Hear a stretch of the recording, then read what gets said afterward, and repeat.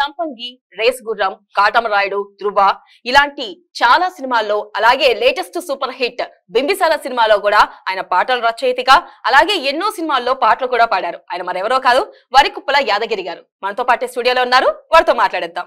Sir నమస్తే. నమస్తే sir, మీరు ఎన్నో సినిమాల్లో పాటలు పాడారు, ఎన్నో సూపర్ హిట్ సాంగ్స్ కూడా ఇచ్చారు. ఫస్ట్ మాకైతే లేటెస్ట్ సూపర్ హిట్ బింబిసారలో ఒక పాట మీరు రాశారు, అలాగే ఆ పాటకి సంగీతం కూడా మీరే అందించారు.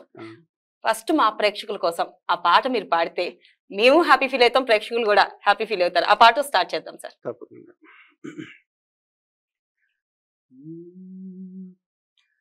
ఓ తేనె పలుకుల అమ్మాయి నీ తీగ నడుములో సన్నాయి లాగిందే,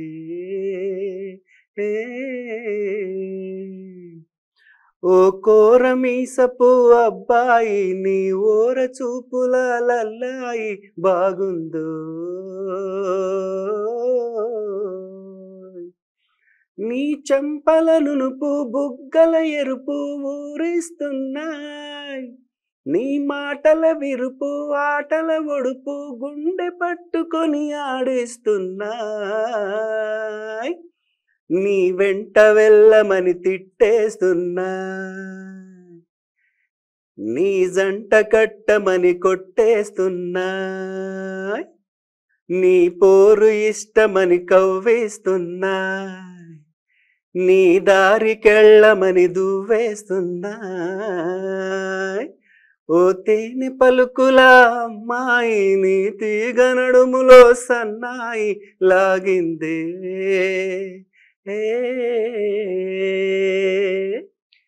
సూపర్ సార్, మంచి పాటతో స్టార్ట్ చేశారు. మా ప్రేక్షకులు కూడా ఫుల్ హ్యాపీ ఫీల్ అయి ఉంటారు. సార్, అలాగే ఫస్ట్ గా మీరు ఇండస్ట్రీకి ఎలా వచ్చారు, అసలు ఇండస్ట్రీకి రావడానికి మీరు ఎన్ని కష్టాలు పడ్డారు, దాని గురించి చెప్పండి సార్. ఇండస్ట్రీకి నేను అంటే 97లో వచ్చాను. ఫస్ట్ సానాది రెడ్డి గారి ప్రేమ పల్లకి అనే సినిమాకి. సో ఇండస్ట్రీకి రావడానికి పెద్దగా కష్టపడలేదు నేను. అంటే నేను ఎప్పుడైతే ఫస్ట్ డైరెక్టర్ని సానాది రెడ్డి గారిని కలిశానో ఆ సినిమాలోనే వర్క్ చేశాను నేను యాజ్ ఏ రైటరు, కంపోజరు, సింగర్గా. తర్వాత దానికి బిఫోర్ ఒక 1 year అంటే ఆఫ్టర్ ఇంటర్మీడియట్ అయిపోగానే నేను ఇండస్ట్రీలో ట్రై చేద్దామని వచ్చాను. ఫస్ట్ అప్పుడు కూడా వెళ్ళడమే యాక్చువల్గా సూపర్ స్టార్ కృష్ణ గారిని కలుద్దామని వచ్చాము. ఎందుకంటే ఆయన గురించి పేపర్లో ఎప్పుడు పాజిటివ్గా వచ్చేది, ఆయన హెల్ప్ చేస్తాడు అలాంటివి విని విని చదివి వచ్చాం. వాళ్ళ ఇంటికి వెళ్ళాం కానీ ఆయన కలవడం ఫీల్ అవ్వలేదు. ఇంకా పక్కనే డిసప్పాయింట్ అయ్యి వెళ్తుంటే అక్కడ ఒక షూట్ జరుగుతుంది కోడి రామకృష్ణ గారు, లేడీ బాస్ అని విజయశాంతి గారు. సో అక్కడికి ఒక మన ముక్క నరసింహారావు అనే ఆర్టిస్ట్ ఆయన్ని కలిస్తే ఆయన లోపలికి తీసుకెళ్తే ఆయన అక్కడ ఆర్టిస్టులు అది బాబుమోహన్ గారు, వినోద్ కుమార్ గారు, కల్పన గారు అందరు కూర్చొని ఉన్నారు. సో పాటలు పాడిచ్చారు, బాగున్నాయి అన్నారు. ఆ తర్వాత ఒక అడ్రస్ ఇచ్చి వేరే చోట కలవమని చెప్పారు. అక్కడ ఓకే అయితే నీతో సింగింగ్ చేయిస్తామన్నారు. అసలు యాజ్ ఏ సింగర్గా వచ్చాను నేను. సింగింగ్ చేయిస్తామన్నారు. సో ఆయన వెళ్ళి కలిసాము. తర్వాత ఆయన వేరే అనమాట కలిసిన వ్యక్తి. ఆయన కంపోజరు, ఆయన మ్యూజిక్ చేస్తాడు. సో ఆయన రాసిన పాటలు కంపోజ్ చేయమని అడిగితే ఇంకా ఆయన టేస్ట్కి మన టేస్ట్కి కుదరలేదు. సో వద్దనుకొని మళ్ళీ ఊరు వెళ్ళిపోయి 1 year మళ్ళీ స్కూళ్ళల్లో ప్రోగ్రామ్స్ ఇచ్చి డబ్బులు కలెక్ట్ చేసుకొని మళ్ళీ హైదరాబాద్ వచ్చి ఇక్కడ వేరే వర్క్స్ చేస్తూ ట్రై చేస్తూ ఇటు సింగింగ్ కాంపిటీషన్లలో పాల్గొంటూ అట్లా యాదిరెడ్డి గారిని కలవడం జరిగింది. అలా ఫస్ట్ సినిమాతోనే నాకు సినిమా ఎంట్రీ దొరికింది అనమాట. తర్వాత ఆ సినిమా ఫ్లాప్ అయ్యాక మళ్ళీ రామోజీలో జాబ్ చేయడం, తర్వాత ఇంకా ఒక సినిమాలకు వచ్చాక కష్టపడ్డా. ఇంకా సినిమాలు ఆయన చేయకపోవడం, తర్వాత మళ్ళీ ఒక 1 year గ్యాప్ తర్వాత బ్యాచిలర్స్ సినిమా చేయడం, అది హిట్ అవ్వడం. తర్వాత సంపంగి తర్వాత మళ్ళీ స్టార్ట్ అయింది. ఎందుకంటే ఆయన సినిమాలు చేయలేదు మళ్ళీ. అంటే అప్పట్లో ఇంత మీడియా ఇదంతా లేదనమాట, సోషల్ మీడియా లేదు, ఏం లేదు. సినిమా సంపంగి అనేది బ్లాక్ బస్టర్ అయినా కూడా మేము ఎవరం అనేది ఇండస్ట్రీకి ఎవరికి తెలియదు, మా కాంట్రాక్ట్ తెలియదు. సో అలాగే కష్టాల్లోనే ఉన్నాం మేము. అడపదడప సినిమాలు చేస్తున్నా కూడా అవి బయటికి రాకపోవడం అట్లా అట్లా ఇంకా సంపంగి 2001 నుంచి 2011 వరకు ఇంకా కష్టాలు పడుతూనే ఉన్నాం. 2011 తర్వాత ఆహ్, సురేందర్ రెడ్డి గారిని కలవడం జరిగింది. యాజ్ ఎ మ్యూజిక్ డైరెక్టర్‌గా. సో, ఆయనేమన్నారంటే, "ఒక 2, 3 సినిమాలు నాతో ట్రావెల్ అవ్వు. నేను మ్యూజిక్ డైరెక్షన్ ఇస్తా" అన్నారు. దాని తర్వాత నేను 'రేస్ గుర్రంలో' 3 పాటలు కంపోజ్ చేశాను. సినిమా చూపిస్తా మామ ఒకటి, టైటిల్ సాంగ్ ఒకటి. కంపోజ్ చేసి 3 పాటలు రాశాను దాంట్లో. అది బ్లాక్ బస్టర్ అయింది. పాటలు కూడా మంచి హిట్ అయినాయి. కానీ నాకేం పేరు రాలేదు దానివల్ల. అది కంపోజింగ్ నేమ్ అంతా తమన్ గారికెళ్ళిపోయింది. సో, మళ్ళీ ఇంక ఆయన రెండో సినిమాకి హిట్ 2 ఇచ్చారు గానీ, ఇంకా వేరే వేరే రీజన్స్ వల్ల అది కూడా వర్కౌట్ కాలేదు. ఇంక అట్లా అట్లా చేస్తున్నాను, కంపోజింగ్ చేస్తున్నాను, రాస్తున్నాను, పాడుతున్నాను. చేస్తూ ఉంటే ఇట్లా మళ్ళీ 'బింబిసార' కరోనా తర్వాత 'బింబిసార' అవకాశం వచ్చింది. 'బింబిసార' చేశాను. అది అదృష్టవశాత్తు బ్లాక్ బస్టర్ అయ్యి ఇప్పుడు పర్లేదు హ్యాపీగా ఉన్నాను. నాకు 6 సినిమాలు చేస్తున్నాను మ్యూజిక్ డైరెక్టర్‌గా.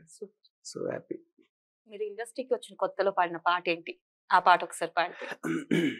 నేను అంటే ఫస్ట్ అంటే అంటే సినిమాల్లోనా బయట? సినిమాల్లో ఫస్ట్ ఇండస్ట్రీకి వచ్చిన కొత్తలో పాడింది ఏంటి? అలాగే మీ ఫస్ట్ సాంగ్ ఇండస్ట్రీకి నేను అంటే యాదిరెడ్డి గారికి వినిపించిన ఫస్ట్ సాంగ్ ఏంటంటే అది సినిమాలో పెట్టాము. నువ్వంటే నేనండి సినిమాలో. నమ్మవే చెలి నిన్ను నేను ప్రేమిస్తున్నానే, నా మనస్సులో నిన్ను నిలిపి పూజిస్తున్నానే, కంటిలోన పాపలా ఉండిపోవే, గుండెలోన ఊపిరై నిండిపోవే, నమ్మవే చెలి నిన్ను నేను ప్రేమిస్తున్నానే, నా మనస్సులో నిన్ను నిలిపి పూజిస్తున్నానే. ఈ పాట నేను ఫస్ట్ ఆయనకి వినిపించింది.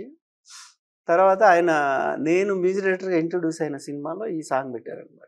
సూపర్. ఇదే మీరు ఫస్ట్ వినిపించింది మళ్ళీ మ్యూజిక్ సినిమాల్లో వచ్చింది వేరే సాంగ్. అంటే అదే రోజు నేను 5 పాటలు వినిపించాను ఆయనకి. సో ఆ రోజు వినిపించిన 2 పాటలు సినిమాలో పెట్టుకున్నారు. ఇది నెక్స్ట్ నేను మ్యూజిక్ డైరెక్షన్ చేసిన దాంట్లో ఈ పాట పెట్టారు. Super sir. దీని తర్వాత ఏదైతే సంపంగి సినిమా ఉందో, సంపంగిలో 6 పాటలు మీరే రాశారు, దాంట్లో 3 పాడారు. ఇప్పటికీ ఆ సాంగ్స్ చూస్తానే ఉంటారు యూత్ కూడా. ఇప్పటికీ ఆ సాంగ్ అసలుకి ఆ సాంగ్స్ కున్న క్రేజ్ మామూలు కూడా కాదు. మనం చూస్తే కొన్ని ఇప్పటికి మనం యూట్యూబ్ లో చూస్తే ఆ పాటలు చూసే వాళ్ళు 2022లో వాచ్ చేస్తున్న వాళ్ళు ఎవరు, 2023లో వాచ్ చేస్తున్న వాళ్ళు ఎవరు, అవి ఎవర్ గ్రీన్ హిట్స్. సంపంగి మూవీ నుంచి ప్రేక్షకుల కోసం అలాగే మా కోసం ఒక పాట పాడండి సార్. అందమైన కుందనాల బొమ్మరా, చందనాల నవ్వు చల్లిపోయేరా, అందమైన కుందనాల బొమ్మరా, చందనాల నవ్వు చల్లిపోయేరా, ఈ ఇంటి వనితో మరి నా ఎదమీటి పోయే చెలి, ఏ చోట ఉందో మరి నా ప్రియమైన సుందరి, అందమైన కుందనాల బొమ్మరా, చందనాల నవ్వు చల్లిపోయేరా.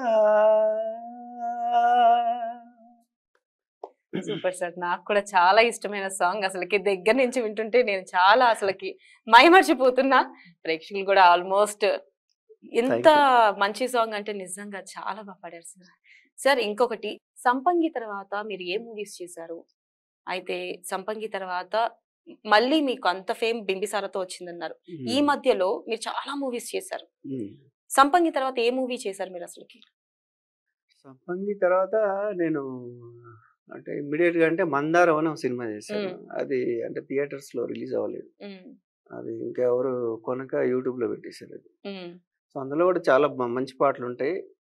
ఆ సినిమా రిలీజ్ కాకుండా ఆడియో రిలీజ్ అయింది. ఉమ్, కానీ ఆ సినిమా రిలీజ్ కాకుండా పాటలు బాగా ఫేమస్ అది. ఉమ్, గులాబీ బుగ్గల రోజా అని ఆ పాట బాగా ఫేమస్ ఉమ్, యూట్యూబ్ లో. తర్వాత గుర్తులేదు అనే పాట బాగా ఫేమస్ అది. ఉమ్, అందులో నేను 7 పాటలు రాసి 3 సాంగ్స్ ఏం పాడాను. సో గులాబీ బుగ్గల రోజా బాగా చాలా పెద్ద హిట్ అది. ఉమ్, దాని తర్వాత ప్రేమలో పావని కళ్యాణ్ అని ఉమ్, అదే సంపంగి హీరో దీపక్‌తో. ఉమ్, తర్వాత నేను మ్యూజిక్ డైరెక్టర్‌గా 'నువ్వంటే నేనని' అది ఇంకా రిలీజ్ కాలేదు అది కూడా. ఉమ్, దాని తర్వాత ఇంకా చాలా సినిమాలు చేసాం. 'ఎవడి గోల వాడిది' అని, ఆ, 'తొట్టి గ్యాంగ్' అని, ఉమ్, ఆహ్, ఆహ్, 'ప్రేమించేదెందుకమ్మ ప్రేమించేదెందుకమ్మనా' ఏదో సినిమా చేశా. ఉమ్, ఈవి గారితో 3 సినిమాలు చేశాను. ఉమ్, తర్వాత వినాయక్ గారిది 'ఇంటెలిజెన్స్' అని ఒక సినిమా ఉమ్. చేశాను. చాలా సినిమాలు చేశాను. 100 పైన ఉంటాయి అనుకుంటా. సూపర్. ఎవడి గూళ్ళ వాడిదిలో ఏ పాట రాశారు సార్? 'ఎవరి గోల వాడిదిలో' ఆయన కమలాకర్ గారు కంపోజ్ చేశారు పాట అది. ఉమ్, నువ్వు నేనుగా నేను నువ్వుగా ఉండాలని ప్రేమగా, నువ్వు కళ్ళుగా నేను చూపుగా సాగాలని హాయిగా, నువ్వు నేను ప్రేమగా నీకు నేను హాయిగా, నువ్వు లేని రోజు నేను లేను ప్రాణమా, హాయ్ రబ్బా హాయ్ రబ్బా హాయ్ రబ్బా రబ్బా హాయ్ రబ్బా రబ్బా రబ్బా హాయ్ రబ్బా హాయ్ రబ్బా రబ్బా రబ్బా రబ్బా, నువ్వు నేనుగా నేను నువ్వుగా ఉండాలని ప్రేమగా, నువ్వు కళ్ళుగా నేను చూపుగా సాగాలని హాయిగా. ఈ పాట రాశా. హరిహరన్ గారు పాడారు పాట. Super sir. సార్, గీతా గోవిందంలో కూడా మీరు ఒక పాటని కంపోజ్ చేశారని తెలిసింది. కానీ ఆ పాట ఎందుకు బయటికి రాలేదు? అంటే నన్ను నేను అంటే అంతకుముందు గీతా ఆర్ట్స్‌లో 'ధ్రువ' అనే సినిమా చేశా. ఉమ్, సో నన్ను ఏమిటంటే ఒక అది విజయ్ దేవరకొండ ప్రేమలో ఆ అమ్మాయి మీద ఫ్రస్ట్రేషన్‌తో పాడే 'అమ్మాయిల్ని నమ్మొద్దని' ఒక ఆ, సాంగ్ ఉంటది. ఉమ్, అవును. అయితే నన్ను పిలిచారు, ప్రొడక్షన్ వాళ్ళు పిలిచారు. నన్ను చేయమన్నారు. నేను చేశాను. ఒక 5, 6 ఉమ్, పాటలు చేశాను. ఉమ్, డైరెక్టర్ కూడా బావుంది అది ఇది అన్నారు. ఉమ్, మరి తర్వాత ఎందుకు పెట్టలేదనేది నాకు కూడా అర్థం కాలేదు. రీజన్ తెలీదు. రీజన్ నాకేం తెలీదు. వాళ్ళు కూడా అసలు మీరు అడిగారా వాళ్ళని ఎందుకు కంపోజ్ చేశాక పెట్టలేదు అని చెప్పి? ఇంకా వాళ్ళు ఆన్సర్ ఇవ్వరు. ఎందుకంటే వాళ్ళు ఫోన్ చేసినా ఎత్తరు అప్పుడు. అంటే వాళ్ళకి అవసరం ఉన్నప్పుడే కాల్ చేస్తారు. ఉమ్. వాళ్ళకి అవసరం ఇంకా లేదన్నప్పుడు ఇంకా మన ఫోన్ తీయరు. అయితే మిమ్మల్ని గీతా ఆర్ట్స్ మోసం చేసిందా? ఇలా ధృవలో అది పాడించిన తర్వాత ఏదైతే స్పెషల్ సాంగ్ మీరు ఒకటి పాడారు, దాని తర్వాత ఇది కంపోజ్ చేయించి ఆల్మోస్ట్ 3-4 సాంగ్లు పైగా మీరు కంపోజ్ చేసి తర్వాత పాడించలేదు, కనీసం అది బయటికి కూడా రాలేదు అసలు ఆ సాంగ్స్ ఏవి. దీన్ని గీతా ఆర్ట్స్ మోసం చేసినట్టేనా? మోసం చేసిన అనను.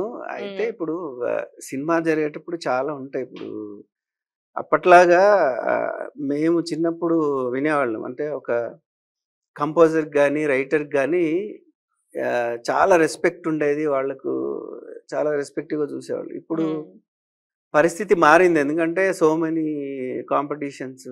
అప్పుడేందంటే ఒకళ్ళకి ఒక పని ఇస్తే వాళ్ళు చేసే వరకు వెయిట్ చేసేవాళ్ళు. ఉమ్, ఇప్పుడు అలా కాదు. ఒక పనే ఒక 10 మంది, 20 మందికి ఇస్తున్నారు. ఉమ్, అందులో ఎవరు ఏది ముందొస్తే లేదంటే ఏది నచ్చితే అది పెట్టుకుంటున్నారు. ఉమ్, పెట్టుకోవడం తప్పు కాదు. వాళ్ళ ఇష్టం. ఎందుకంటే ఉమ్, వాళ్ళ డబ్బులు, వాళ్ళ ఇష్టం, వాళ్ళ సినిమా. ఉమ్, నేనేందంటే కనీసం ఆహ్, చెప్పాలి. ఒక వర్క్ ఉమ్, చేసినోళ్ళకి మీ పాట ఓకే కాలేదండి. ఉమ్. నచ్చలేదు.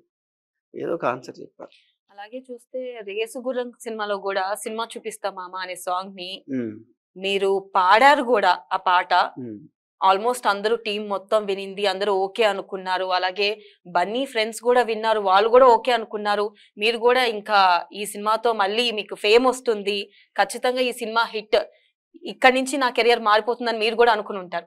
కానీ లాస్ట్ మినిట్ లో ఏం జరిగిందని మీకు మీ పేరు పడలేదు, మీరు పాడిన పాట కూడా రాలేదు, అసలు ఏం జరిగింది సార్? ఏం జరిగిందంటే ఇప్పుడు అది కొన్ని ఉంటాయి. ఇప్పుడు డైరెక్టర్కి, సింగర్కి, మ్యూజిక్ డైరెక్టర్కి కొన్ని ఫ్రెండ్షిప్స్ ఉంటాయి, వాళ్ళకు కొన్ని రిలేషన్స్ ఉంటాయి. ఆ రిలేషన్ వల్ల ఏంటంటే అది నా నుంచి వెళ్ళిపోయింది అంతే తప్ప నేను పాడింది అంతకన్నా బాగుంటుంది. ఏదైతే బయటకు వచ్చిందో అంతకన్నా బాగుంటుంది, అంతకన్నా బెస్ట్ ఉంటుంది. స్వీటీ నేను రాశాను, కంపోజ్ చేయలేదు. సో ఇక ఇండస్ట్రీలో చాలా ఏంటంటే రిలేషన్స్ వర్కౌట్ అవుతాయి. నేనేంటంటే పని ఉన్నప్పుడు వెళ్ళి సిన్సియర్గా వర్క్ చేస్తాను. పని అయిపోయిందంటే ఇంకా నా పని నేను చూసుకుంటాను. ఎవరి దగ్గరికి వెళ్ళను, నేను మందు తాగను, ఎవరిని ఎంటర్టైన్ చేయలేను. నాకు ఆ టాలెంట్ లేదు. సో దానివల్ల మిస్ అయిందేమో. అయితే సినిమా రిలీజ్ అయ్యాక సక్సెస్ మీట్ జరిగింది.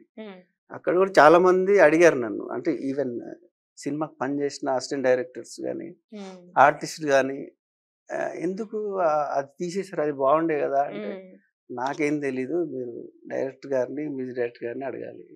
మీరు ఎప్పుడైనా ఈ విషయం గురించి బన్నీ గారితో మాట్లాడిన సందర్భాలు ఏమైనా ఉన్నాయా? బన్నీ గారితో మాట్లాడేంత ఛాన్స్ ఉండదు, ఎందుకంటే ఆయన హీరో కదా, ఆయన చాలా వర్క్స్ ఉంటాయి, ఆయన మెయింటైన్ చేయడం, ఆయన బోల్డ్ అని వర్క్స్ ఉంటాయి.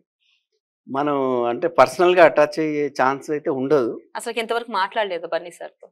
మాట్లాడాను, రేస్ గురం అప్పుడు కలిసాము. తర్వాత మొన్న సూర్య సన్ ఆఫ్ ఇండియా ఆ సినిమాకి కూడా పిలిచారు, వర్క్ చేశాను. అది వర్కౌట్ కాలేదు, మాట్లాడారు. ఆయన బాగా రెస్పెక్ట్ ఇస్తారు ఆర్టిస్టులకు కానీ టెక్నీషియన్స్ కానీ, చాలా బాగా మాట్లాడతారు. అక్కడ కూడా నన్ను స్పెషల్గా పిలిపించి ఆ సినిమా ప్రొడ్యూసర్కి నన్ను పరిచయం చేశారు. One of the best song నాకు ఇచ్చారు, ఈయన కంపోజ్ చేసి ఇచ్చారని పరిచయం చేశారు. తర్వాత మళ్ళీ మొన్న అల వైకుంఠపురం ఆడియో ఫంక్షన్లు కూడా చెప్పారు, నా కెరీర్లో one of the best song cinema చూపిస్తాం మామ, దాని తర్వాత ఆ సినిమాలో పాట గురించి చెప్పారు. సో వాళ్ళ హీరోలకు ఇంకోటి ఏంటంటే వాళ్ళు ఇన్వాల్వ్ అయ్యి వాళ్ళు అడుగుతారు, అంటే వాళ్ళకి చాలా వర్క్స్ ఉంటాయి, ప్రమోషన్స్ అని, వర్కౌట్స్ అని, వాళ్ళ బాడీ స్ట్రక్చర్ని కాపాడుకోవడం, బోల్డ్ అని వర్క్స్ ఉంటాయి. మనతో మాట్లాడేంత ఉంటుందని నేనైతే అనుకోవట్లేదు. ఇప్పుడు దాకా అయితే రేస్ గుర్రంలో ఒక వర్షన్ విన్నారు, మీరు పాడిన పాట ఎవరు వినలేదు. ఫస్ట్ టైం మా ఛానల్ తరపు నుంచి అందరూ వినాలి, అసలు ఆ పాట పాడండి సార్ రేస్ గుర్రంలో. మామా నువ్వు గిట్ల గాబర గీబర తత్తర గిత్తర సక్కర గిక్కరొచ్చి పడిపోకే, నీకు నాకన్నా మంచి అల్లుడు దునియా మొత్తం తిరిగిన యాడ దొరకడే, సినిమా సువిత మామా నీకు సినిమా సువిత మామా, సీను సీనుకి నీతో సిటీ గొట్టిత మామా, గల్లవట్టి గుంజుతాంది దీని సూపే, లొల్లి వెట్టి సంపుతాంది దీని నవ్వే, కత్తి లెక్క గుచ్చుతాంది దీని సూపే, ఏ డప్పు కొట్టి పిలువబట్టి ఈని తీరే, నిప్పు లెక్క కాల్చబట్టి ఈని పోరే, కొప్పు ఊడగొట్టబట్టి ఈని జోరే, ఏ మామ దీన్ని చూడకుంటే మన్ను తిన్న పాము లెక్క మనసు వండబట్టే, అయ్యని చూడగానే పొయ్యి మీంది పాల వెక్క దిల్లు బొంగబట్టే, దీని బొంగమూతి చూస్తే నాకు బంగు తిన్న కోతి లెక్క సింధులయ్య బుద్ధి ఉట్టే, సినిమా సువిత మామా నీకు సినిమా సువిత మామా, సిడి సినికి నీతో సిడి కొట్టిత మామా, మామా సినిమా సువిత మామా నీకు సినిమా సువిత మామా, సీను సీనుకి నీతో సిడి కొట్టిత మామా. సూపర్ సార్, నిజంగా చాలా బాగుంది, ఒరిజినల్ సాంగ్ కన్నా ఇది చాలా బాగుంది సార్ నిజంగా. వచ్చుంటే ఇంకా అసలుకి ఓ రేంజ్ లో హిట్ అయ్యిండేది, ఆల్రెడీ ఇది చాలా సూపర్ హిట్, ఇంకా మీరు పాడిన పాట బయటకు వచ్చుంటే ఇంకా సూపర్ బంపర్ హిట్ అయ్యిండేది. మా నాన్న చిన్నప్పటి నుంచి నన్ను బాగా తిట్టేవాడు, ఏంటంటే నువ్వు అదృష్టానికి వ్యతిరేకం అని తిట్టేవాడు. నాకు అవార్డు అన్న కూడా ఇష్టం లేదు, ఆ అవార్డుతో తిట్టేవాడు అనమాట. ఇలాంటి టైంలో అనిపిస్తుంది నిజంగా నాకు అదృష్టం లేదేమో అని. అంటే నేనే కంపోజ్ చేసుకొని నేనే ఇష్టపడ్డ పాట నేనే వేరే వాళ్ళతో పాడించడం అనేది ఇంకా అదంతే, మనకు రాసి పెట్టలేదు అంతే. లేదు సార్. ఇదే కాదు, చాలా పాటలు జరిగినాయి. అలాగే రేసు గుర్రం తర్వాత ఏదైతే ఆల్మోస్ట్ మీకు మంచి పేరు వచ్చింది కానీ అంటే మీ పేరు కనిపించలేదు. దాదాపు చాలా మందికి తెలుసు మీరే ఈ పాటని కంపోజ్ చేశారు, రాశారు అని చెప్పి. ఆ తర్వాత మీరు ఇంకా సినిమాలు వద్దు, ఇంకా పాడొద్దు ఇట్లా జరిగిన తర్వాత ఏదైతే ఆ పాట పాడిన తర్వాత మీ సాంగ్ కాకుండా వేరే వాళ్ళ సాంగ్ వచ్చినప్పుడు వద్దు అని చెప్పి చాలా కాలం సినిమాలకి దూరంగా ఉన్నారు అనేది ఒకటి వినిపించింది. నిజమేనా? అంటే ఎందుకు మీరు ఒకవేళ వద్దనుకోవాల్సి వచ్చింది? అంటే నేను అంటే పెద్ద సినిమాలకు అంటే స్టార్ సినిమాలకు వర్క్ చేయకముందు ఏమనుకునేవాడిని అంటే కొన్ని కొన్ని ఉంటాయి రాజకీయాలు కానీ, కొన్ని ఫ్రెండ్షిప్స్ కానీ, వాళ్ళ రిలేషన్స్ కానీ జరుగుతుంటాయి. అంటే అక్కడ ఏంటంటే టాలెంట్ను అవన్నీ ఏం చూడరు, వాళ్ళ రిలేషన్ మనోడు అని పెట్టుకుంటారు. నాకు తెలిసి ఇలాంటి కారణాల వల్ల చాలా సినిమాలు ఫ్లాప్ అవుతుంటాయి, మైనస్ అవుతుంటాయి. నేనేమనుకుంటున్నా అంటే పెద్ద సినిమాల్లో ఇలాంటివి ఉండవు, చాలా అంటే ఓపెన్గా ఉంటారు వాళ్ళు, ఓపెన్గా ఉంటారు. అంటే నేను ఒక సినిమా, పెద్ద సినిమా, ఒక స్టార్ హీరోకు వర్క్ చేసిన సినిమాలో అంటే నేను కంటిన్యూగా చేస్తున్నాను ఆ సినిమా. అంటే నా కంపోజర్గా నా పేరు పడకపోయినా నేను కంపోజ్ చేస్తున్నాను, రాస్తున్నాను. 2 పాటలు ఓకే అయిపోయినాయి, 2 షూట్ అయిపోయినాయి. డైరెక్ట్ సడన్గా ఒక పాటకి నేను దాదాపు ఒక నెల రోజులు నేను చెన్నైలో ఉన్నా ఆ పాట కంపోజ్ చేసి ఇవ్వడానికి. డైరెక్టర్ గారు ఏంటంటే ఫారిన్లో ఉన్నారు షూట్లో. నువ్వు ఉండి ఆ పాట ఓకే చేసుకొని రావాలని నన్ను అక్కడే హోటల్లో పెట్టారు. అంటే నా పిల్లల్ని అందరినీ ఇక్కడ వదిలేసి, చిన్న పిల్లలు, 3 ఏళ్ళు 5 ఏళ్ళ పిల్లల్ని 1 మంత్ ఉన్నాను. అంత చేసి ఓకే అయ్యాక ఇక్కడికి వచ్చాక నీకు ఎన్ని పాటలు అయినాయి? నేను ఆల్రెడీ 2 ఓకేనా? అయితే నా ఫ్రెండ్ ఒక ఆయన ఉన్నాడు, రైటర్, ఆయన అడుగుతాడు ఎప్పటి నుంచో ఈ పాట ఆయనకి ఇచ్చేద్దాం. నాకు ఈ విషయం తర్వాత చెప్పారు ఇస్తున్నా అని. అయితే నాకు సడన్గా నేను పాడిచ్చాను, అయిపోయింది, నేను ట్రాక్ పాడాను, అయిపోయింది. నాకు మ్యూజిక్ డైరెక్టర్ ఫోన్ చేశాడు, ఏంటి భయ్యా మళ్ళా ఈ పాట మీరు రాసింది ఓకే అయింది కదా, మళ్ళీ ఎవరో రాస్తున్నారంటే ఏమో నాకు తెలీదు అని. నాకు అదంతా అయిపోయాక తర్వాత చెప్పారు. అంటే నేనేం ఫీల్ అయినా అంటే ఓకే. తర్వాత ఆ డైరెక్టరు అసలు నువ్వు రాసినట్టు రావట్లేదబ్బా, ఎంత ట్రై చేసినా అంటే, మరి నాదే పెట్టుకుని ఆయన పేరేసింది, మీ ఫ్రెండ్ పేరేసింది. చచ్చా అట్లా వద్దులే అని. అంటే నేనేం ఫీల్ అవుతానంటే ఒకటి బ్యాడ్గా ఉన్నా కూడా అది మన రిలేషన్లో పెట్టుకొని సినిమాని పాడు చేయడం ఎందుకు? అంటే అంతకన్నా బాగుంది చేసిండని చెప్పి మనోడు కాడని మనం ఒక అవకాశం. ఇప్పుడు ఇండస్ట్రీలో ఏం జరుగుతుందంటే ఇప్పుడు నేను కంపోజ్ చేసి లిరిక్ రాసి పాడగలను నేను. అక్కడికి వెళ్ళాక ఏమవుతుందంటే ఇంకా వాళ్ళ రిలేషన్స్ ఉంటాయి కొందరు, వాళ్ళు ఏంటంటే 3 టాలెంట్లు నువ్వు చేస్తావు కానీ 3 ఒక్కొక్కళ్ళ పేరు ఇద్దాము, ఈ కంపోజింగ్ ఈయనకి ఇద్దాము, లిరిక్ నీకేస్తాము, సింగింగ్ వేరే వాళ్ళకి ఇద్దాం. నేనంటే నేను చేసిన పనికి 3 నువ్వు పంచడానికి అసలు నీకేం అధికారం? నిజంగా టాలెంట్ వాళ్ళది నచ్చితే వాళ్ళదే పెట్టుకోండి. సో అప్పుడు ఏమైందంటే నాకు అనిపించింది ఎక్కడ పోయినా ఇంతే ఉంటుంది, ఇంకా నాకు అంటే ఒక విధమైన వైరాగ్యం వచ్చేసింది. అంటే మనం ఎక్కడ పోయినా అంతే ఉంటుంది. సో నాకు సినిమాలు ఎవరన్నా అడిగితే నన్ను జనరల్గా ఏంటంటే రాయడానికి ఎవరు పిలవరు, కంపోజింగ్ అవసరం అయితే తప్ప నాకు ఫోన్ రాదు పెద్ద సినిమాల నుంచి. నేను కంపోజ్ చేస్తానే తెలిసింది. తర్వాత ఏమైంది, నేను కంపోజ్ చేసింది డైరెక్టర్కి నచ్చుతుంది, హీరోకి నచ్చుతుంది, కానీ మీ డైరెక్టర్కి ఈగో ఉంటుంది కదా. వాళ్ళు ఏం చేస్తున్నారు, నేను వేసిన బీట్ ఒకటైతే ఇంకో బీట్ వేసి ఇది బాగాలేదని అనిపిస్తున్నారు. వీళ్ళకి ఈ ట్యూన్ నచ్చింది కదా, దీనికి రిలేటెడ్గా కొంచెం అటు ఇటుగా చేసి అది వినిపిస్తున్నారు. ఇప్పుడు నేను 1 నెల రోజులు 15 రోజులు కష్టపడతాను, అదంతా వేస్ట్. ఇంకా నా ఫోన్ ఎత్తారు, నాకు రెమ్యునరేషన్ ఉండదు, ఏం ఉండదు దానికి. అట్లా ఇంకా నేను ఏంటంటే ఎవరైనా అడిగితే ఫస్ట్ అడ్వాన్స్ ఇస్తే చేస్తాను సార్, లేదంటే చేయనని అలా ఉంది. ఇప్పుడు చాలామంది అడుగుతారు, నువ్వు రేసు బ్రో అంత హిట్ ఇచ్చావు, ధ్రువ హిట్ ఇచ్చావు, ఎందుకు నువ్వు పెద్ద సినిమాల్లో కంటిన్యూగా చేయట్లేదు అంటే ఇలాంటివే ఉంటాయి. నేను ఓన్లీ సోలోగా ఓన్లీ లిరిక్ రైటర్ అయితే నేను అలా వెళ్ళిపోయేవాడినేమో, ఈ నెంబర్ 1 ప్లేస్లో ఉండేవాడిని. నా దగ్గర 3 టాలెంట్లు ఉన్నాయి. కాబట్టి నన్ను మధ్య మధ్యలో వచ్చేవాళ్ళు ఇప్పుడు వాళ్ళ ఈగోస్ వాళ్ళకు ఉంటాయి, తప్పులేదు. వాళ్ళ వల్ల నేను వెనకాడుతున్నాను. నన్ను ఇప్పుడు డైరెక్టర్ ఏమంటాడు, నువ్వు కంపోజ్ చెయ్యి అంటాడు. మీ డైరెక్టర్కి ఏమో అది ఇష్టం ఉండదు, తీసుకోవడం. అట్లా నేను ఎటు కాకుండా అయిపోతున్నాను అనమాట. మా నడుమలో ఫుట్బాల్ లాగా అయిపోతున్నాను. అందరు తన్నేసి దాన్ని పక్క పడేసిపోతున్నారు ఆట అయిపోగానే. అలా అయిపోతుంది. అందుకనే నా దగ్గరికి ఎవరు వస్తే వాళ్ళు చిన్నదైనా పెద్దదైనా అడ్వాన్స్ తీసుకొని వర్క్ చేస్తున్నాను. అయ్యాక డబ్బులు తీసుకొని ఇస్తున్నాను అంతే. నన్ను బ్యాడ్ అనుకున్నా పర్లేదు. ఒకనొక టైంలో బింబిసారా సినిమాలో కూడా మీ పేరు వస్తుందా, ఏదైతే మీరు కంపోజ్ చేసి రాసిన పాటకి మీ పేరు వస్తుందా లేదా అనేది మీరు చాలా టెన్షన్ పడ్డారని, అసలు వచ్చేదాకా నమ్మకం లేదని కూడా తెలిసింది. అయితే నిజంగా మీరు మీ పేరు వస్తుందని ఫస్ట్ నమ్మారా లేదా?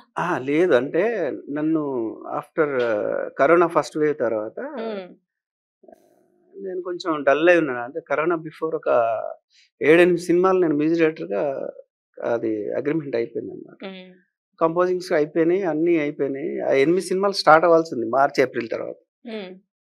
బ్యాడ్ లక్ ఏంటంటే మార్చిలోనే కరోనా వచ్చింది. సో కరోనా తర్వాత ఏం చేయాలి, అంత డల్గా ఉంది పరిస్థితి అనుకున్న టైంలో నాకు ఎన్టీఆర్ ఆర్ట్స్లో అంతకుముందు కిక్ 2 చేశాను నేను. డైరెక్టర్ గారు ఫోన్ చేసి ఇట్లా ఎన్టీఆర్ ఆర్ట్స్కి రండి సార్ ఒకసారి అంటే నేను వెళ్ళాక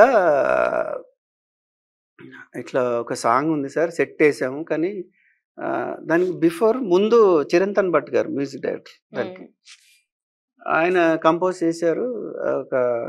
ఒక ఆయన పెద్ద ఆయన రాశారు, అయిపోయింది. అయితే సాంగ్ నచ్చలేదు సార్ మాకు, మీరైతే కంపోజ్ చేసి రాస్తారని తెలిసింది నాకు. సో మాకు సాంగ్ మీ నుంచి ఒకటి కావాలి సార్. అయితే మనకు సినిమా చూపిస్తా లాంటి ఆ ఫ్లేవర్ అయితే వద్దు, కానీ ఫాస్ట్ నెంబరే ఉండాలి, కానీ మెలోడీగా ఉండాలి. ఎందుకంటే ఇది పీరియాడిక్ సినిమా ఇది. సో మనం సినిమా చూపిస్తా అని పెట్టలేము అక్కడ, ఇంగ్లీష్ వర్డ్స్ అలాంటివి ఏమి ఉండకూడదు. సరే ఓకే, టైం ఎంత ఇస్తారంటే మాకు ఇప్పుడు ఈ గంటలు ఇచ్చినా పర్లేదండి. సరే నాకేంటంటే ఇంకా రాక వర్క్ వచ్చింది, నేను నో అని చెప్పలేదు. సరే నేను ట్రై చేస్తాను సార్, ఎంత తొందరగా అవుతుందో నాకు తెలీదు అని నేను కంపోజ్ చేసుకొని రాసుకొని నెక్స్ట్ డే వచ్చాను. వచ్చాక డైరెక్టర్ గారు విన్నారు, హరికృష్ణ గారు విన్నారు, ఆయన ఎగ్జిక్యూటివ్ ప్రొడ్యూసర్. విని బాగుందన్నారు. డైరెక్టర్ గారికి అంటే కొంచెం డౌట్, మామూలుగా ఇట్లా ప్యాడ్ మీద కొట్టి వినిపించాను అనమాట. పాట బాగుంది కానీ సినిమాలో ఎలా ఉంటుంది నాకు అర్థం కావట్లేదు, మీరు వాట్సాప్ చేయండి నాకు, వింటాను, విని చెప్తానన్నారు. సరే నేను ఇంటికి రీచ్ అయ్యేలోగా మా హరికృష్ణ గారు ఫోన్ చేశారు. యాదగిరి ఏం చేస్తావంటే నువ్వు దానికి ఏమన్నా బీట్ ఏమన్నా వేసి ఇవ్వగలవు అంటే ఓకే సార్ అన్నాను. స్టూడియోకి వెళ్ళి బీట్ అంతా కంపోజ్ చేసి కీబోర్డ్లో కొంచెం ట్రాక్ చేసి పంపించాను. ఒక 8కా 7:30కి పంపించేసాను సార్. ఇంకా నాకు 10 వరకు చూసా రెస్పాండ్ అవుతారని, రెస్పాండ్ అవ్వలేదు. నేనేమనుకున్నాను సరేలే ఇంకా వీళ్ళకు ఈ మ్యూజిక్ వేసాక నచ్చలేదనుక సైలెంట్గా ఉన్నా. నాకు డైరెక్టర్ గారు ఎర్లీ మార్నింగ్ 7 o'clock ఫోన్ చేశారు. సార్ సాంగ్ అదిరిపోయింది, రాత్రి అంతా ఆఫీస్లో డ్యాన్సులు సార్ పాట మీద, thank you so much sir, thank you so much sir అని.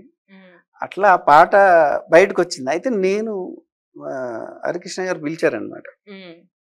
సార్ నేను చాలా పాటలు చేశాను, ఈవెన్ కిక్ 2లో వేసాను, అన్నీ వేసాను, నాకు పేరు పాడట్లేదు సార్ కంపోజర్గా, నాకు ఈ పాట కన్నా కంపోజర్గా పేరు వేయండి సార్ అంటే, డెఫినెట్గా నేను కంపోజర్గా తప్పకుండా వేస్తాను, నేను వేపిస్తాను.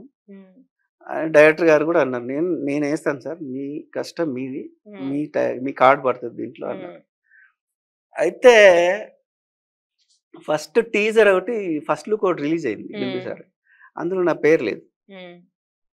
నేను డైరెక్టర్ గారు ఫోన్ చేసి ఏంటి సార్ నా పాటే లేదా సార్, ఆ పాట తర్వాత మళ్ళీ కీరవాణి గారు వచ్చారు.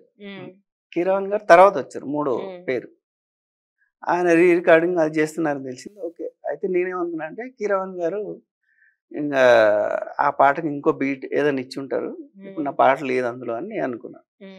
అదే ఫోన్ చేస్తే అయ్యో అట్లేం లేదు సార్, మీ పాట సినిమాలో పెద్ద హిట్ పాట సార్, అది ఎట్లా తీస్తాము, పాట ఉంది, అయితే మేము ముందే వేసుకున్న పేర్ల ప్రకారం వేసారు, మీ పేరు యాడ్ చేయలేదు, యాడ్ చేస్తాం సార్ అని.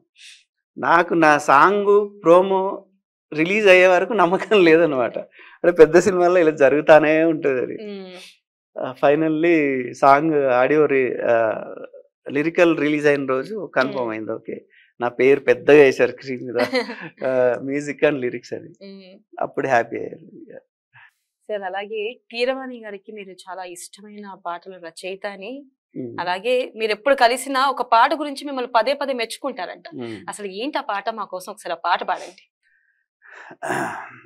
ముందు చెప్పాలా పాడాలా? ముందు చెప్పండి, తర్వాత పాడండి. అయితే ఆఫ్టర్ సంపంగి సత్య అని బ్యాచులర్ సినిమాలో చేశాడు ఆయన హీరోగా. ఆయన సోలో హీరోగా వరం అనే ఒక సినిమా స్టార్ట్ అయింది. దానికి కీరవాణి గారు మ్యూజిక్. కీరవాణి గారు మ్యూజిక్ అనుకున్నారు. ఇంకా కంపోజింగ్ జరుగుతుంది. జనరల్గా ఏంటంటే ఎంత ఫ్రెండ్స్ అయినా, ఇప్పుడు కీరవాణి గారు అంటే పెద్ద అప్పటికి అన్నమయ్య లాంటి బ్లాక్ బస్టర్ ఇచ్చారు, ఎన్నో సూపర్ హిట్లు ఉన్నాయి. మ్యూజిక్ డైరెక్టర్గా ఆల్మోస్ట్ ఆయన ఇళయరాజా తర్వాత ఆయన పేరే ఉండేది. అంత పెద్ద మ్యూజిక్ డైరెక్టర్కి ఇప్పుడు కొత్త వాళ్ళు ఏంటంటే భయపడతారు వాళ్ళకి ఏమైనా చెప్పడానికి. మేము వీళ్ళతో రాయిస్తాం, వాళ్ళతో, అది కూడా చెప్పలేరు అన్నమాట. ఇప్పుడు ఆయన ఏం చెప్తే దాన్ని ఫాలో అవడమే ఉంటుంది. అట్లా ఫస్ట్ చంద్రబోస్ గారు, తర్వాత సీతారామ శాస్త్రి గారు, అన్నీ జరుగుతున్నాయి. నాకు తెలుసు, ఎందుకంటే ఆ ప్రొడ్యూసర్ కూడా నాకు తెలుసు, హీరో కూడా నాకు తమ్ముడు తమ్ముడు అంటుంటాడు. నన్ను ఒరే అని పిలిచి ఒకే ఒకే హీరో ఆయన. సో జరుగుతుంటే ఒకరోజు నేను ఆ పాట ముందు నా కోసం ఏంటంటే, నా ఫస్ట్ సినిమాలో నేను ఒక లవ్ సాంగ్ రాసుకున్న, పాడాలని, గాయకుడు కావాలని, అది మిస్ అయింది. సో ఈ పాట అన్నా నాకు పెద్ద పేరు వస్తుంది, గాయకుడుగా నేను నిలబడిపోతా అని నేను కంపోజ్ చేసుకున్న పాట అది. అది సినిమాది కాదు. అది మేము మామూలుగా కూర్చున్నప్పుడు ఏంటంటే పాడుకుంటా ఉంటాం పాటలు. అది అతనికి గుర్తుంది హీరోకి. అరే ఒకసారి రా, మనం ఇక్కడ కీరవాణి సార్ ఉన్నారు, మనం కీరవాణి సార్ ఇంటికి వెళ్దాము అని నన్ను కీరవాణి సార్ ఇంటికి తీసుకెళ్ళారు. తీసుకెళ్ళాక కీరవాణి సార్ ఉన్నారు, పాడండి అంటే, ఆయన ఎవరినైనా ఏమండి అంటాడు.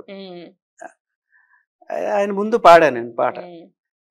చాలా బాగుంది పాట, మనకు ఒక గాయకుడు కూడా దొరికేశాడు అన్నాడు. ఇంకా నాకు పాట ఓకే అయిందని హ్యాపీ కన్నా, గాయకుడు దొరికాడని అంత పెద్ద మ్యూజిక్ డైరెక్టర్ అనడం చాలా, అంటే ఇంకా నేను ఆహా, ఇప్పుడు మనం వచ్చిన పర్పస్ నెరవేరుతుంది. ఇంకా ఇంత పెద్ద మ్యూజిక్ డైరెక్టర్తో పాడిస్తున్నారంటే మనకు టాలెంట్ ఉంది, సో హ్యాపీ అని అనుకున్నాం. సో తర్వాత దాని ప్రాసెసింగ్లో ఏమైందంటే, అక్కడ చెన్నైలో ట్రాక్ పాడేటప్పుడు నాకు బాగా జలుబు అయింది. నాకు కొంచెం ఈ పరిసరాలు కొంచెం శుభ్రంగా లేకుండా అలర్జీ వస్తుంది. వాళ్ళు ఏంటంటే చిన్న ఒక లాడ్జిలో రూమ్ తీసుకున్నారు. అది బాత్రూమ్ శుభ్రం లేక అలర్జీ వచ్చేసి జలుబు వచ్చేసింది బాగా. ట్రాక్ పాడేటప్పుడు జలుబు అయింది బాగా. సో కీరవాణి గారు ఏమన్నారంటే, మీ జలుబు తగ్గాక పాడండి అని చెప్పారనమాట. సో అది ఆ సినిమా ఒక 4 సంవత్సరాల ప్రాసెస్. మధ్యలో ఒక 1 year గ్యాప్ వచ్చాక డైరెక్టర్ ఫోన్ చేశాడు నాకు, మనం చెన్నై వెళ్ళాలి, మన పాట ఉదిత్ నారాయణ్ పాడుతున్నాడు అంటే. నేను షాక్ అయ్యాను, అదేంటి ఉదిత్ నారాయణ్ ఎందుకు పాడుతున్నాడు అంటే, అదే కీరవాణి గారు అన్నారు, ఇప్పుడు లిస్ట్లో పెద్ద హిట్ ఉన్నాయి ఆయన పాటలు, అప్పటికే రామ్మా చిలకం పెద్ద హిట్ పాట, ఆయనతో పాడిద్దామన్నారు. అది నేను పాడాలి కదా, చేసుకున్నా, నాకు హీరో కూడా ఆ పాట పాడిస్తేనే ఇస్తానని చెప్పాను, అట్లా పాడిస్తారంటే, మనం ముందు చెన్నై వెళ్దాము, చెన్నై వెళ్ళాక డిస్కస్ చేద్దాం అన్నారు. చెన్నై వెళ్ళాక ఆల్రెడీ ఉదిత్ నారాయణ వచ్చాడు అక్కడ. వస్తే ఇంకా కీరవాణి గారు ఏం మాట్లాడలేదు, వెళ్ళి ఆయనకు పాట నేర్పించండి అని చెప్పారు.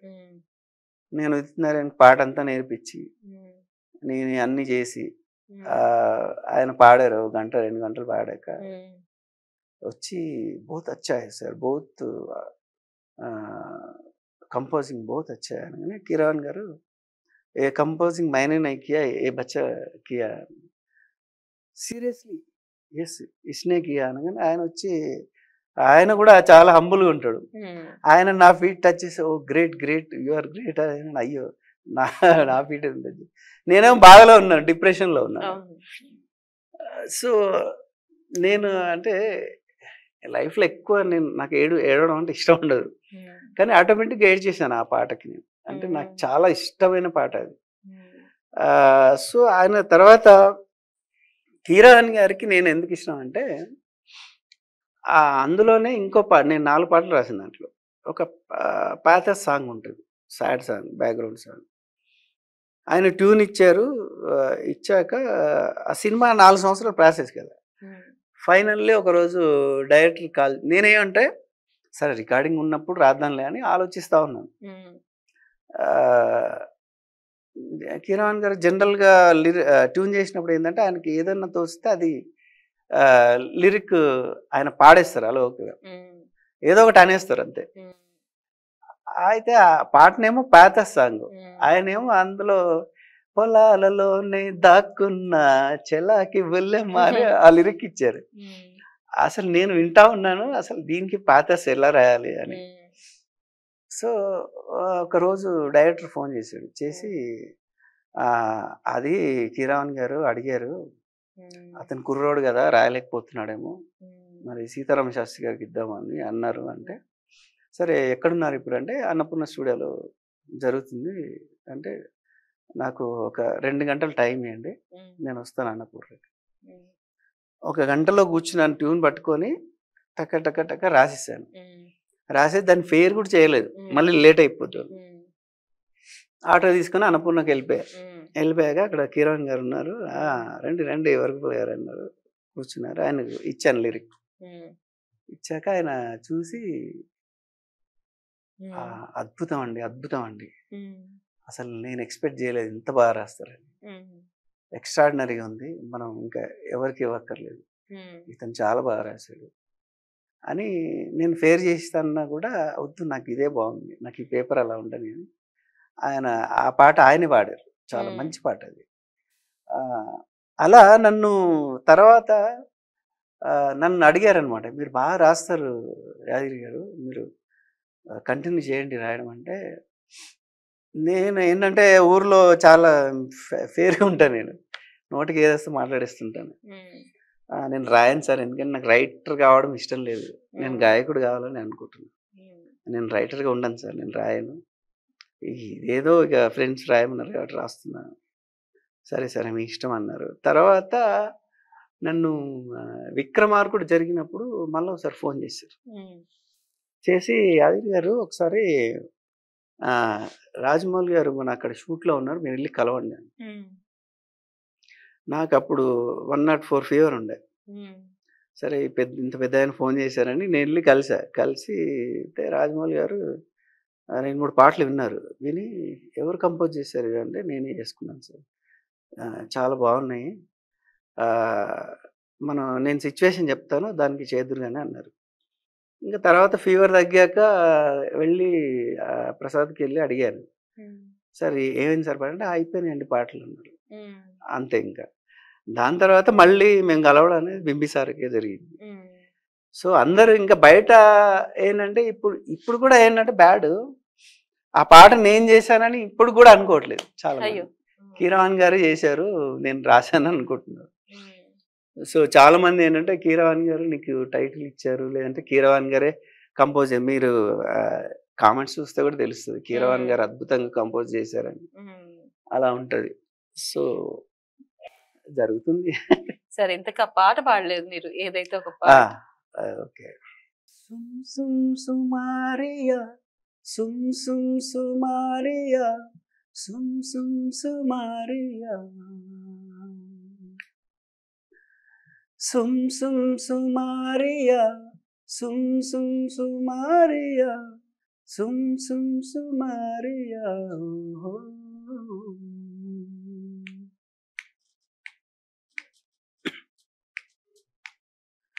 నచ్చినావే నవ్వుల గోపెమ్మ, గుండె నిండా నీదే పాటమ్మా,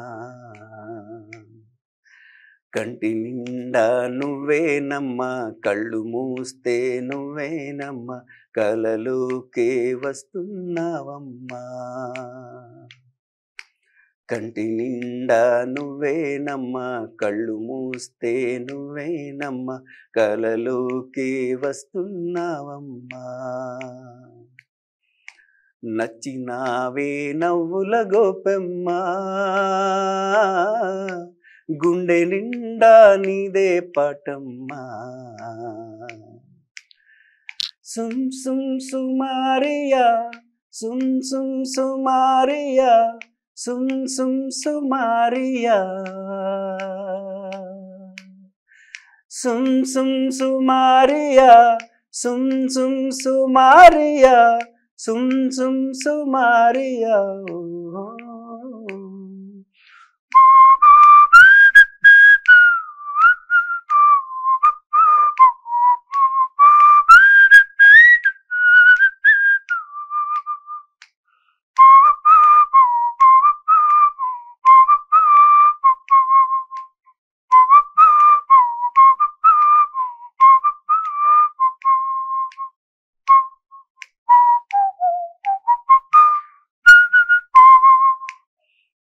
నవ్వే వసంతమై నాలో ప్రశాంతమై, ఉంటావా నువ్వా దేవుని వరమై. పిలిచే సంగీతమై పలికే నా గీతమై, కొలువుంటావా నువ్వు నాలో సగమై. నిన్నే చూడని రోజంతా దిగులే, కదిలే కాలం నా కన్నీరై కరిగే. ప్రేమా ప్రేమాని పిలిచిందే నిన్నే మది, కంటి నిండా నువ్వేనమ్మ, కళ్ళు మూస్తే నువ్వేనమ్మ, కలలోకే వస్తున్నావమ్మా. నచ్చినావే నవ్వుల గోపెమ్మ, గుండె నిండా నీదే పాటమ్మా.